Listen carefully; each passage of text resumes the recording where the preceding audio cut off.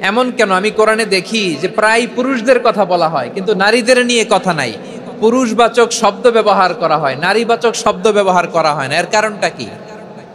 ফাআনজালাল্লাহু তাআলা হাযিহিল আয়া। এরপর আল্লাহ তাআলা উম্মে সালামা রাদিয়াল্লাহু তাআলা আনহার এই কথার প্রেক্ষিতে, তার এই অ্যাপিল, তার এই আবেদন, তার এই আকাঙ্ক্ষা পূরণের জন্য এই আয়াতটি নাজিল করেন। চিল্লায় পড়েন সুবহানাল্লাহ। যে আয়াতে আল্লাহ তাআলা পুরুষবাচক শব্দের পাশাপাশি নারীবাচক শব্দও ব্যবহার করেছেন। যেমন ধরেন মুমিনিন, এটা বললে এর মধ্যে পুরুষও আছে নারীও আছে। মুসলিমিন, এটা বললে এর মধ্যে পুরুষও আছে নারীও আছে। কিন্তু এই আয়াতে আল্লাহ তাআলা মুসলিমিন বলার সাথে সাথে আবার বলেছেন মুসলিমাত।